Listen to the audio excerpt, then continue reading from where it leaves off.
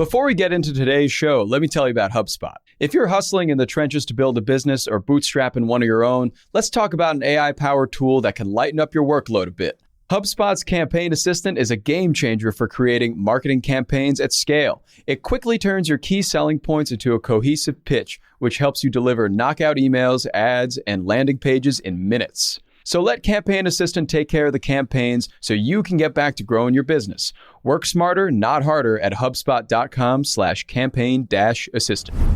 What's going on, everyone? It's Wednesday, January 4th, 2023. I'm Zachary Crockett with Mark Dent, and you're listening to the Hustle Daily Show.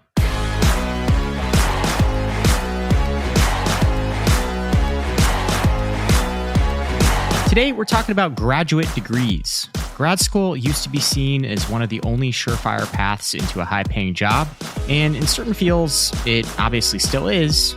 But in recent times, many experts are warning prospective students to be a bit more cautious before dipping their toes into a JD or MBA program. Mark's going to tell us why. But first, let's take a look at what else is going on in tech and business today.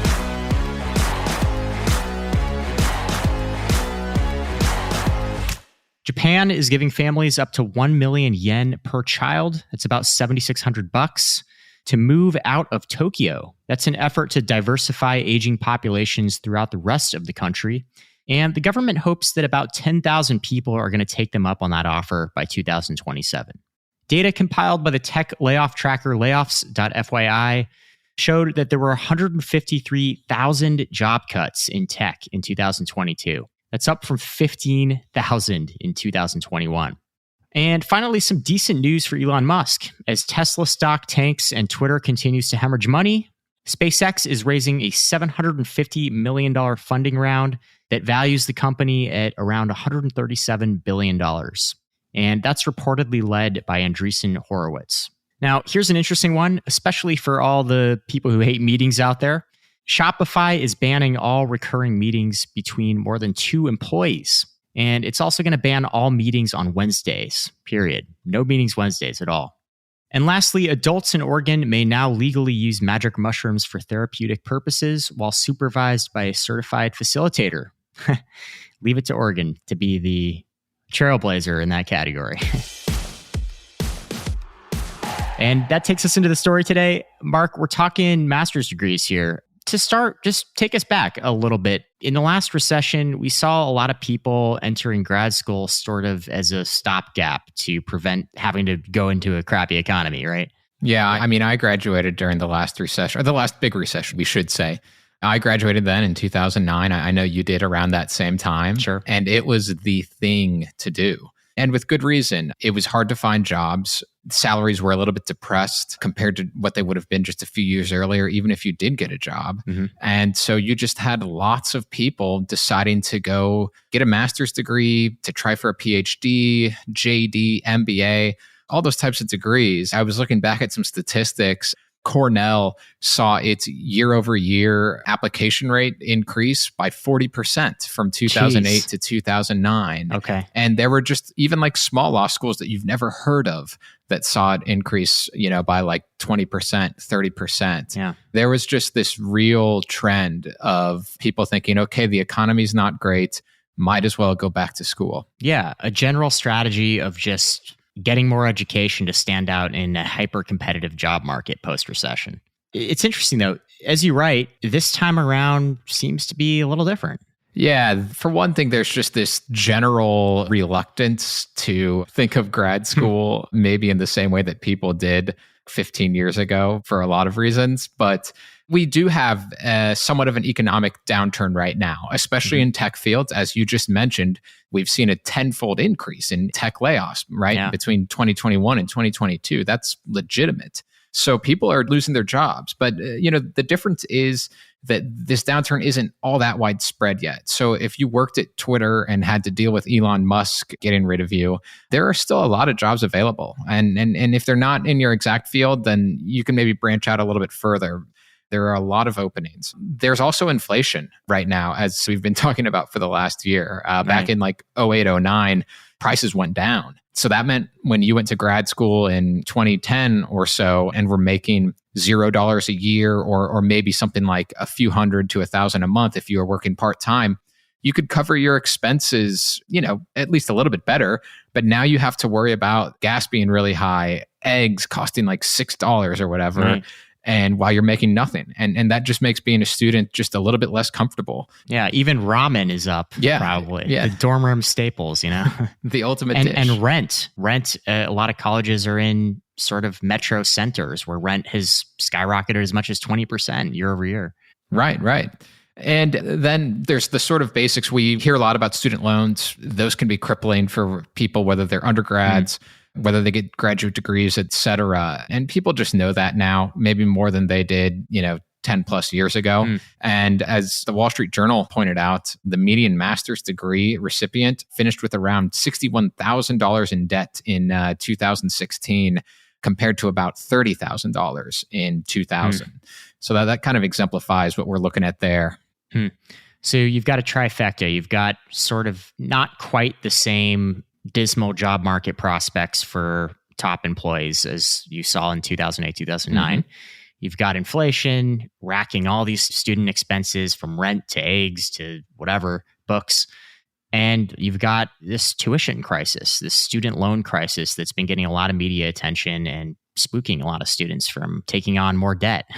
Yeah. And what's interesting to me, though, is we're talking about a downturn right now. And it's like these schools, they are marketing themselves to people who lose jobs. Like they want people to think that they are this great, safe option. Especially business schools have been doing this, again, according to the Wall Street Journal, from what we've seen here from like Northwestern Kellogg School of Management.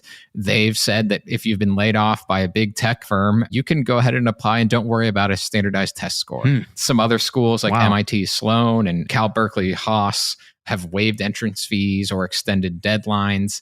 And it's just, there's this sort of like kind of conundrum at hand, I guess, like where we think of schools as like these august academic institutions, but they're also a business. And when the economy does well, especially at business schools, their enrollments are down. Like they've been down for the last couple of years. And when the economy does poorly, that's when they can really like market themselves and get a lot more people to come. Wow. So are we seeing pretty widespread declines in enrollment across the board at most grad schools? We've seen a lot of decreased applications. Sure. Enrollments are probably about the same. Wow. But in terms of the applications, like I was looking at a list of the top, 10 schools, where you're talking about the Whartons, the MIT Sloans, Harvard Business School, et cetera. And they have like almost across the board among the top 10 from like 2020 to 2021, they were seeing their applications go down around 10%, some 15%, 20% even. So wow, it definitely makes a difference. Like when people are really happy about their salary and really think the economy is going well, they're definitely less likely to apply for schools like that. Wow. So historically, education has always been sort of the premier way to ascend generationally and build wealth. So that fundamentally hasn't changed very much, right? So even though we're seeing sort of a shifting of the tides in grad school, we're not necessarily saying here that grad school isn't a good bet for everyone. Yeah, that's the thing, is that it actually, especially if you look at the averages, it still turns out well for a lot of the people who do graduate. And that's definitely the case with business school degrees, which generally are seen as pretty good bang for your buck. It kind of just comes down to like what people want to do, like what they can afford. And if you can pay enough to where you're, just not like attaining just an absurd amount of debt, then, if you actually do finish and get a master's or get a professional degree, you're most likely going to make more than you would have if you just had an undergraduate. That is still the case today. And it is also the case that you're going to be more likely to be sought after for a management position. And so that, of course, can lead to a higher salary and maybe potentially a better career path for a lot of people. But what it really kind of boiled down to, I think in like 08, 09, and that sort of the millennials who were just flocking en masse to graduate school back then, is that it really did just feel like this kind of diversion, this sort of thing to do instead of like actually pursuing like a true goal. And what experts are really warning against in this sort of slight economic downturn we're seeing is using grad school as this procrastination method. And I think that's what some people did a few years ago. And perhaps people will be a little bit more cautious and not do that so much now. Right. So if you're floundering a little bit, don't just immediately revert to the strategy of forking over $150,000 to go to business school. Maybe give it a little bit more consideration, see if there is an alternate path. Don't just use it as a sort of default thing to do if you're afraid about the economy. Yeah, I mean, that's like exactly it. The Wall Street Journal has some tools, as does the Bureau of Labor and Statistics. There's something called College Scorecard. There's a lot of places that have really like eliminated some of the ambiguity surrounding a lot of master's degree programs, where you can actually punch in like a school you want to go to, something that you want to study, and it will show you, like on average, if it's going to be worth it. As in, is the amount of debt that you're going to have to take out going to be made up for eventually by an improved salary? And so there's really actually a lot of kind of effective ways to really make better decisions. And what stood out to me when I was going through this sort of database that the Wall Street Journal set up is that for a lot of degrees, and one of the main ones that they pointed out was like, if you get like a master's in public health, the median earnings for someone who goes to Cal State Long Beach and the University of Southern California a couple of years after you graduate are roughly the same. Wow. Even though the University of Southern California is more prestigious and more expensive. So there's just like so many ways to approach it that make this whole question of, hey, should I go to grad school because I got laid off or because I'm worried about the economy, that actually can give you somewhat of a specific answer if you look for it. Well, Mark, thanks for filling us in. Yeah, of course.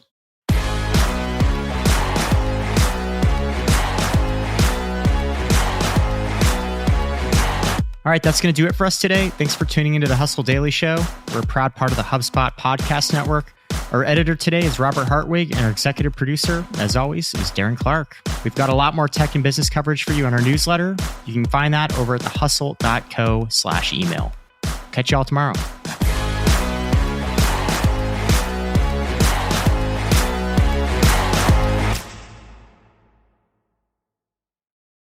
Hey guys, if you listen to the Hustle Daily Show on Google Podcasts, we want to let you know that the option will no longer be available pretty soon. Google is sunsetting its podcast app sometime in early 2024 in favor of YouTube Music, and we want to give you a heads up before it's too late, since that time's almost here. The Hustle Daily Show is available everywhere and anywhere that you listen to podcasts, like Apple Podcasts and Spotify. If you're using YouTube Music, we are there as well. If you're an Android fan, there are plenty of apps like Overcast, Pocket Casts, Player FM, and more. So just search for us wherever you decide to listen to your favorite podcasts.